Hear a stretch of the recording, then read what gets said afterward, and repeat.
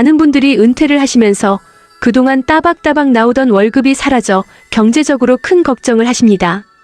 특히 자식들에게 용돈을 받거나 손 벌리는 것을 꺼리는 분들이 많으시죠. 국민연금이나 기초연금도 있지만 이것만으로는 생활비가 넉넉지 않은 경우가 많습니다. 은퇴 후 노후 대책, 주택연금이 왜 중요할까요? 우리나라 어르신들은 대부분 집을 가지고 계시지만 집은 부동산이라는 특성상 현금처럼 바로 쓸 수 있는 돈이 아닙니다. 이처럼 집에 묶여있는 돈을 현금으로 바꾸어 생활비로 쓸 수 있도록 돕는 것이 바로 주택연금입니다. 내 집에서 계속 살면서 매달 연금을 받을 수 있어 경제적인 어려움을 덜고 편안한 노후를 보낼 수 있도록 해주는 제도이지요. 주택연금, 과연 어떤 제도일까요? 주택연금은 쉽게 말해 내 집을 담보로 맡기고 매달 연금을 받는 대출입니다. 전문적인 용어로는 영모기지론이라고 부르기도 하는데요.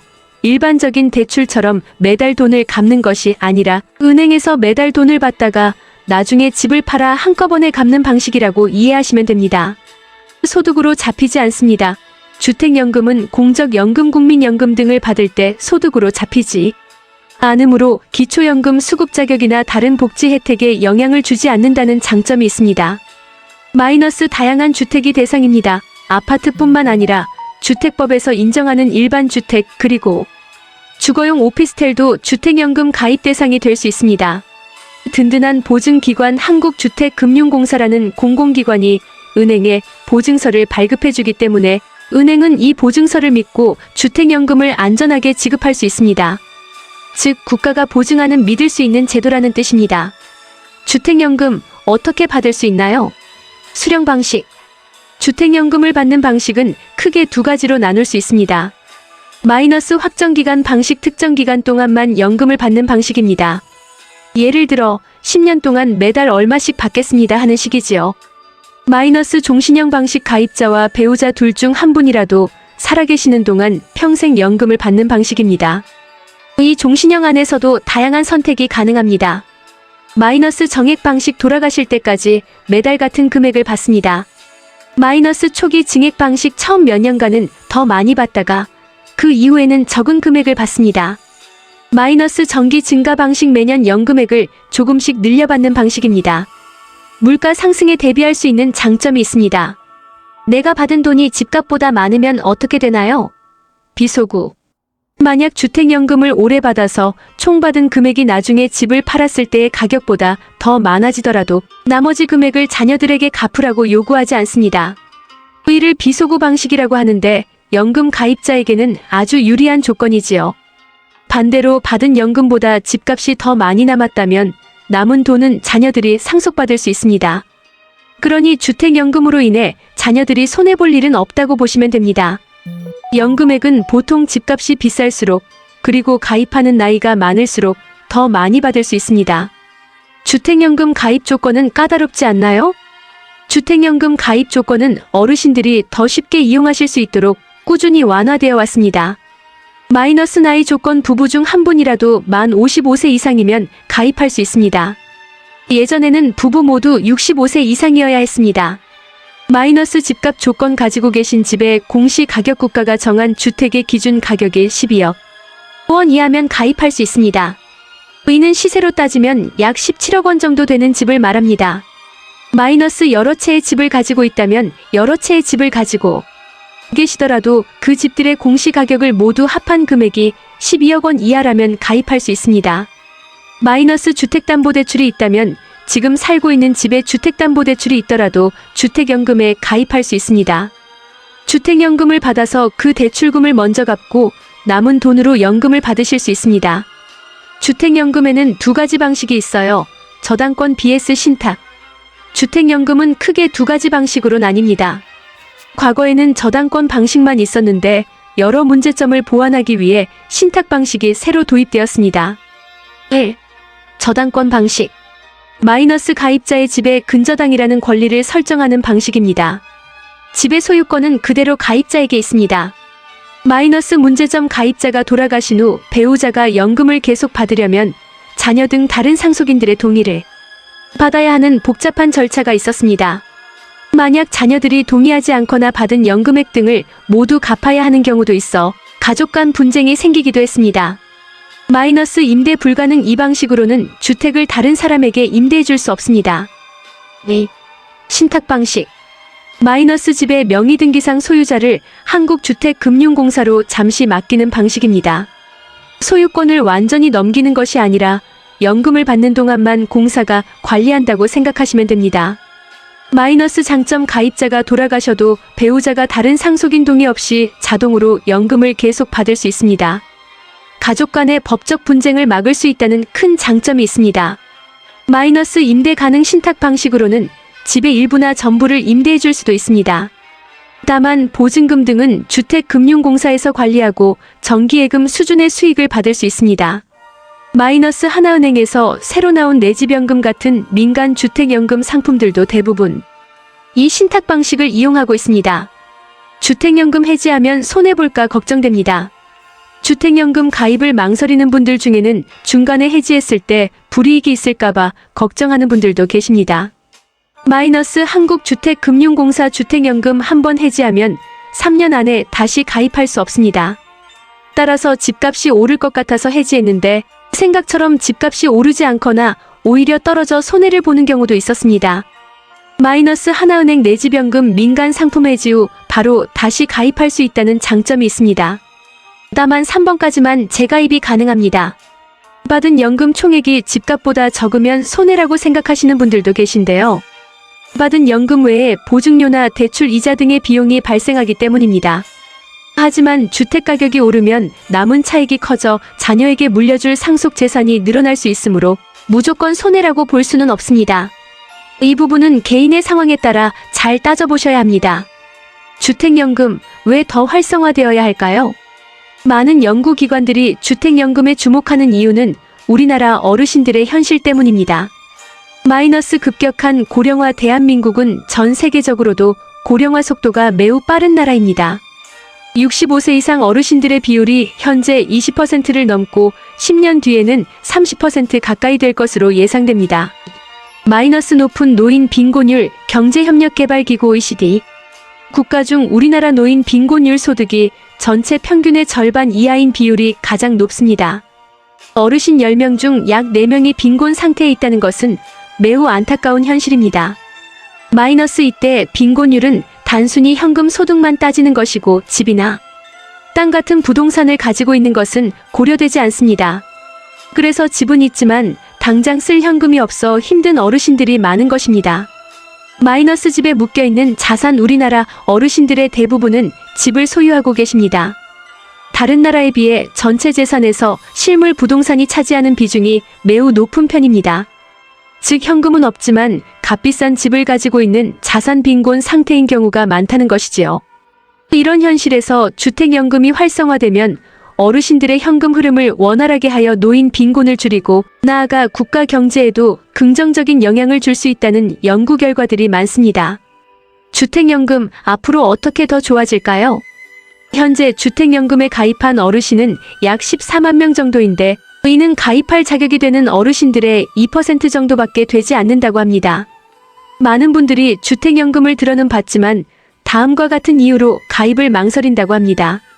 마이너스 손실 우려. 집값 상승을 예상하여 연금액보다 집값이 더 오를까봐 손해볼까 걱정합니다. 마이너스 상속 희망. 자녀에게 집을 온전히 물려주고 싶어 합니다. 마이너스 고정된 연금액. 집값이 아무리 올라도 연금 수령액이 그에 맞춰 올라가지 않는 점이 아쉽다고 합니다.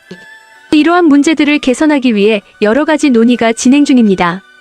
마이너스 소규모 주택으로 이사하기 지원. 자녀들이 다 성장한 후에는 큰 집보다는 작은 집이 오히려 관리비도 적게 들고 생활하기도 편할 수 있습니다.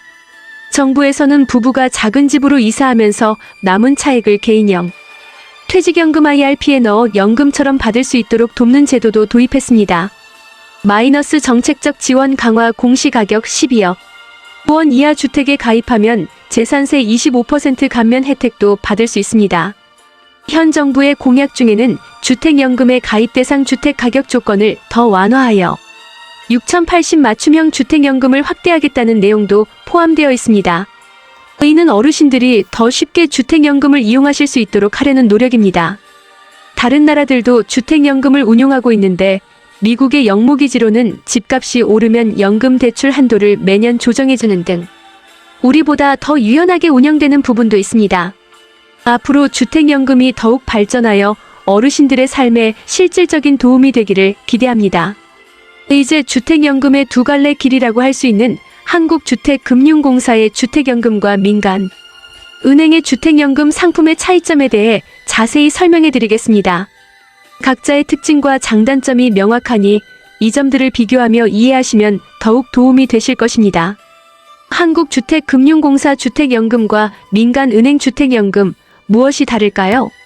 주택연금은 크게 두 가지로 나눌 수 있습니다. 하나는 정부가 설립한 공공기관인 한국주택금융공사 이하 주금공에서 취급하는 주택연금이고, 다른 하나는 하나은행처럼 민간 은행에서 자체적으로 개발하여 취급하는 주택연금의 하나은행 내집연금입니다. 이 두 가지는 몇 가지 중요한 차이점이 있습니다. 첫째, 주택가격 조건 공시가격 12억 vs 12억 초과 마이너스 주금공 주택연금 현재 기준으로 공시가격 12억 원 이하의 주택만 가입할 수 있습니다. 다주택자라도 모든 주택의 공시가격을 합산하여 12억 원 이하라면 가입할 수 있습니다. 마이너스 이 조건은 주로 중위권 가격대의 주택 소유자들에게 맞춰져 있습니다. 마이너스 민간은행 주택연금 예 하나은행 내집연금 일부 민간 상품의 경우 주금공 주택연금의 제한선인 공시가격 12억 원을 초과하는 고가 주택도 가입이 가능하다는 점이 큰 차이점입니다. 하나은행의 내집연금이 대표적인 예입니다. 마이너스 2는 고액 자산가들, 즉 집값은 비싸지만 현금 흐름이 부족한 분들을 위한 선택지가 될 수 있습니다. 둘째, 소구권 여부 비소구 vs 소구. 이 부분은 중요한 차이점입니다.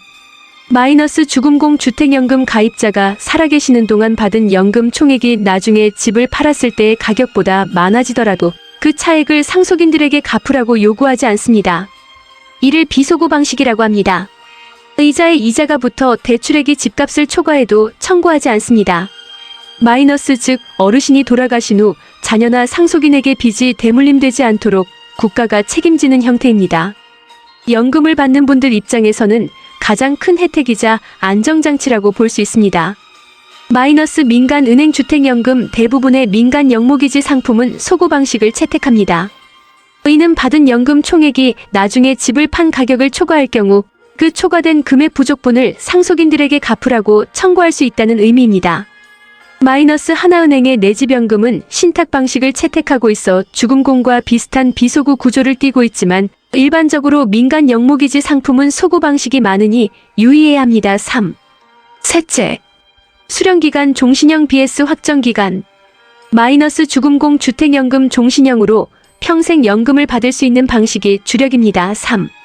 부부 중 한 분이라도 살아계시는 동안 꾸준히 연금을 받을 수 있어 장수 위험 오래 살면서 생활비가 부족해지는 위험에 대비하는데 매우 효과적입니다.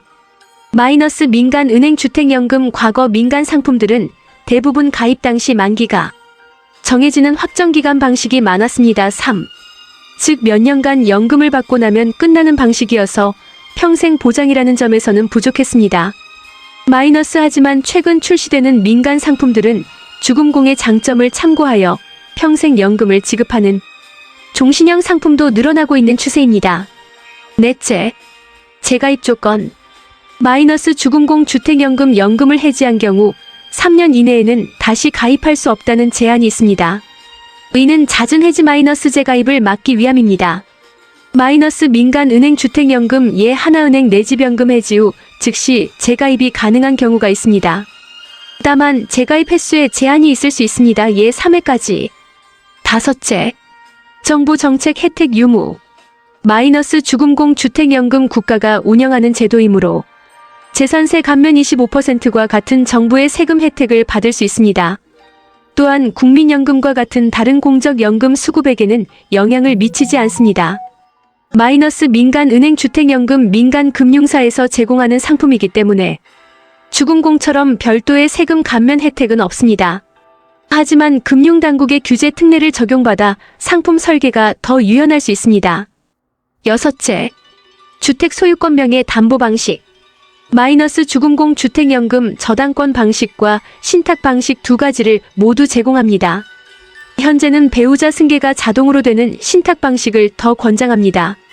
신탁 방식으로 가입하면 등기상 소유자는 주택금융공사로 넘어가지만 이는 소유권을 완전히 포기하는 것이 아니라 연금을 받는 기간 동안 안정적인 관리를 위해 명의를 맡기는 것이라고 이해하시면 됩니다. 마이너스 민간은행주택연금. 최근 출시되는 민간 상품들은 주금공과 마찬가지로 신탁 방식을 주로 사용합니다. 이는 앞서 설명드렸듯이 배우자 자동 승계나 임대 가능 등의 장점 때문에 선호되는 방식입니다. 결론적으로 어떤 주택연금이 나에게 더 맞을까요? 마이너스 안정성과 평생 보장이 가장 중요하시다면 비소구 방식과 종신형이 기본으로 제공되고 정부의 보증과 세금 혜택까지 받을 수 있는 한국주택금융공사의 주택연금을 우선적으로 고려하시는 것이 좋습니다. 마이너스 12억 원이 넘는 고가 주택을 소유하고 계시거나 재가입 등의 유연성을 원하신다면 민간은행의 주택연금 상품을 알아보시는 것이 좋습니다. 하지만 이 경우 소구권 여부나 수령기간이 종신형인지 등을 꼼꼼히 확인하셔야 합니다. 주택연금은 우리에게 매우 중요한 결정이기에 어떤 점들을 깊이 고려해야 하는지 미리 아는 것이 무엇보다 중요합니다. 어르신들의 노후를 편안하게 해줄 주택연금 가입 전에 반드시 고려해야 할 사항들을 하나씩 자세히 말씀드리겠습니다. 주택연금 가입 전 이것만은 꼭 필수 고려사항. 주택연금은 한번 가입하면 장기적으로 영향을 미치는 중요한 결정이므로 현재 자신의 상황과 미래 계획을 신중하게 살펴보는 과정이 필요합니다. 1. 자신의 주거 및 라이프 스타일 계획. 현재 주택에서 계속 살고 싶은가요? 주택연금은 내가 살고 있는 집을 담보로 연금을 받는 제도입니다. 현재 집에서 계속 거주하고 싶은지가 첫 번째 고려사항입니다.